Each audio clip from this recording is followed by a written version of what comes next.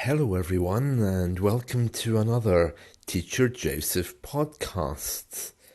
Today, we're going to look at different voices of the royal family through the generations.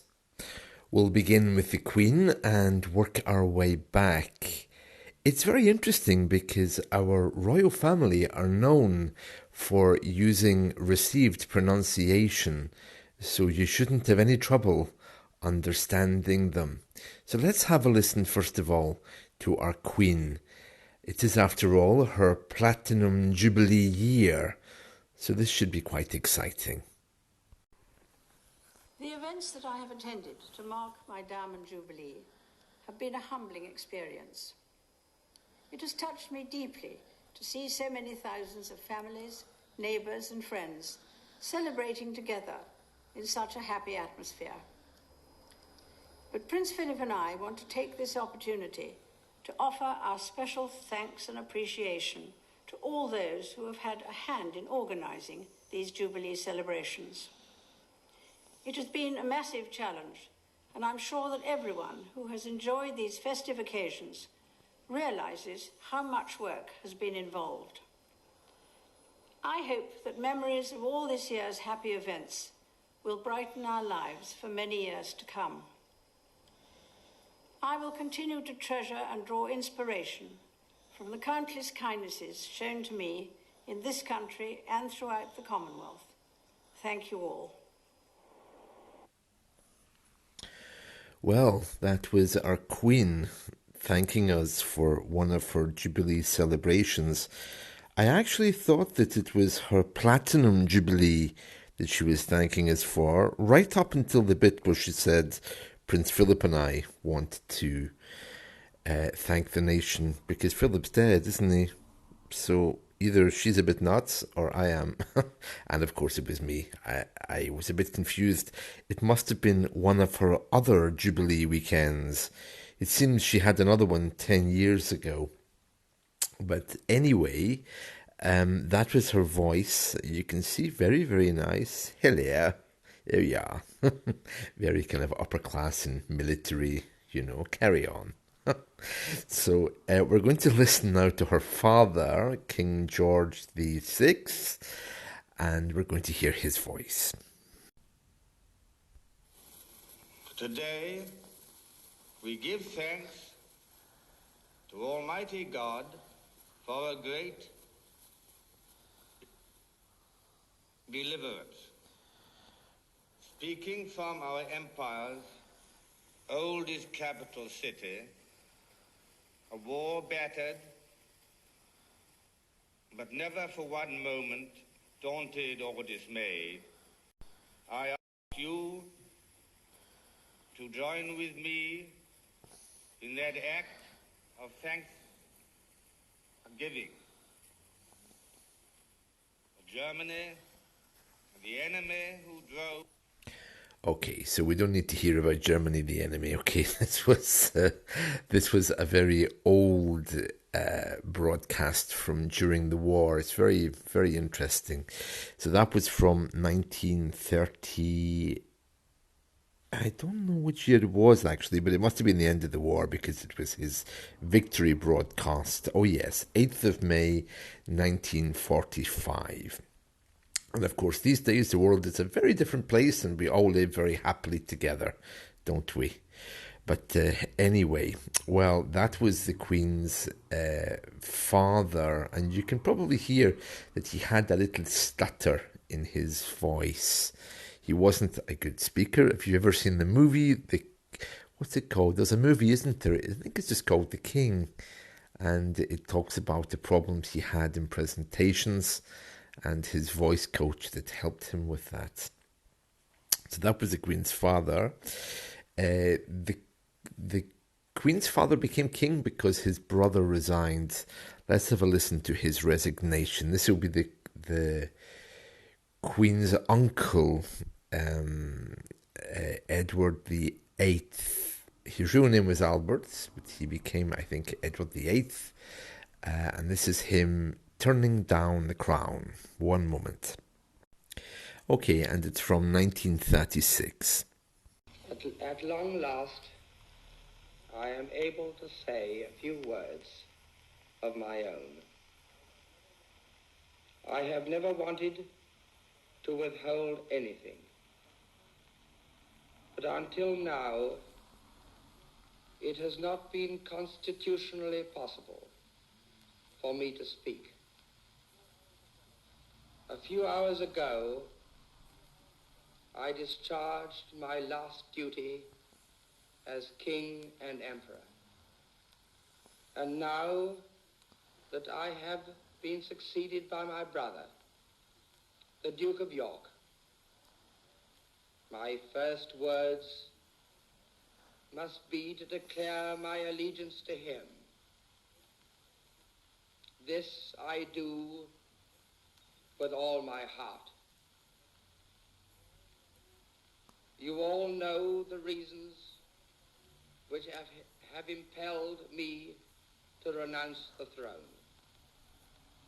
But I want you to understand that in making up my mind, I did not forget the country or the empire, which, as Prince of Wales and lately as King, I have for 25 years tried to serve.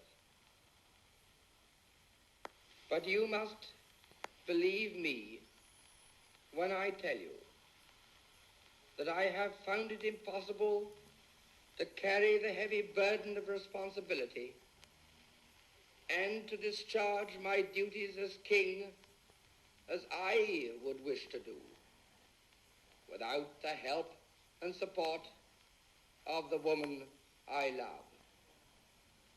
And I want you to know that the decision I have made has been mine and mine alone.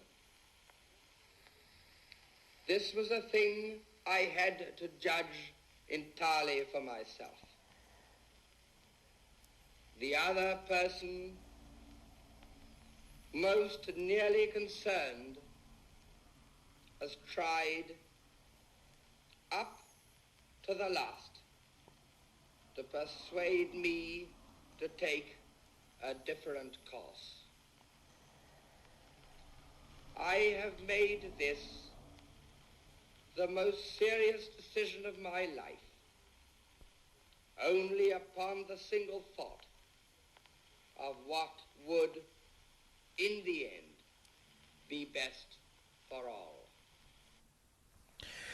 Right, so that was King Edward VIII. He was the one who took the throne when the father died, so it passed down to him. He automatically became king, but before his coronation, before he actually was crowned, he caused quite a big scandal because it was clear that he was dating a divorcee, a woman who was divorced. And that caused a big scandal within the royals and within our culture, because at that time we were very moral. Yeah. Anyway, so he made a decision to keep his wife rather than become king. When I say keep his wife, that's not strictly speaking true, because I don't think he had married her at that point. I don't know. I'll need to check my history. But anyway, her name was Wallis Simpson, and that was his speech. Not giving up the throne because he hadn't been crowned yet, but giving up his right to take the throne, and it automatically then passed to his brother, who was the Queen's father.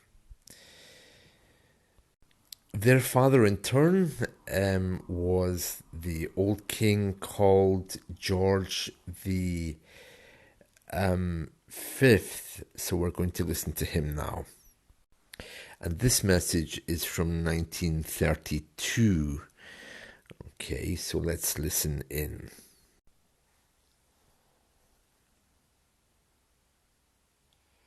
through one of the marvels of modern science, I am enabled this Christmas Day to speak to all my peoples throughout the empire. I take it as a good omen that wireless should have reached its present perfection at a time when the empire has been linked in closer union. For it offers us immense possibilities to make that union closer still. It may be that our future will lay upon us more than one stern test. Our past will have taught us how to meet it unshaken. Right, that was King George V from 1932. So that was the first ever royal Christmas message done in 1932. Before that we had his son from 1936, I think it was, when he abdicated. And then we had his other son's message 10 years later, more or less, from 1945. You'll notice that these people use a lot of intonation because they were obviously trained how to speak very well. Blah, blah, blah, blah, blah, blah, blah, blah. So yeah, they're kind of experts at it, aren't they? Okay. I did try to get older recordings as well, going back to Queen Victoria, but unfortunately they're not very good quality, so I'm unable to use them. So there you can hear that our royal family all the way through have been using received pronunciation. In general, English people associate received pronunciation with upper class people or people who are very posh. Hell yeah, yes, thank you. But it's kind of like a stereotype because upper class Southern English people are generally thought of as having these kind of accents. And that we think that because we hear the newsreaders from London having them. And of course, now that regional newsreaders are allowed on national TV as well, there's still kind of a stereotype there that those who speak like this, are very, very posh, while others aren't. But it's more of a kind of social thing and a stereotypical thing. Actually, received pronunciation is, or maybe I should say was at this point, very normal. And it was the same for any other kind of like Germanic language or dialect. The idea now that it's very posh is just because we've all moved away from it. That's all. I'm not saying that we all spoke that way, because certainly the poorer people across the country didn't. But it wasn't something that was a definition of class, at least not always anyway. So I hope you've enjoyed these clips of our royals. You'll notice how easy it was to understand them compared to the way we speak today. Part of the reason for that is because they're the ones who actually got the news time they were allowed on radio and TV. The rest of us weren't. So one reason why the royals' voices became associated with British culture is because that's all you heard. But of course the story is much deeper than that. Anyway, I'm so happy that you've enjoyed these, and let's talk again soon. Thank you and goodbye.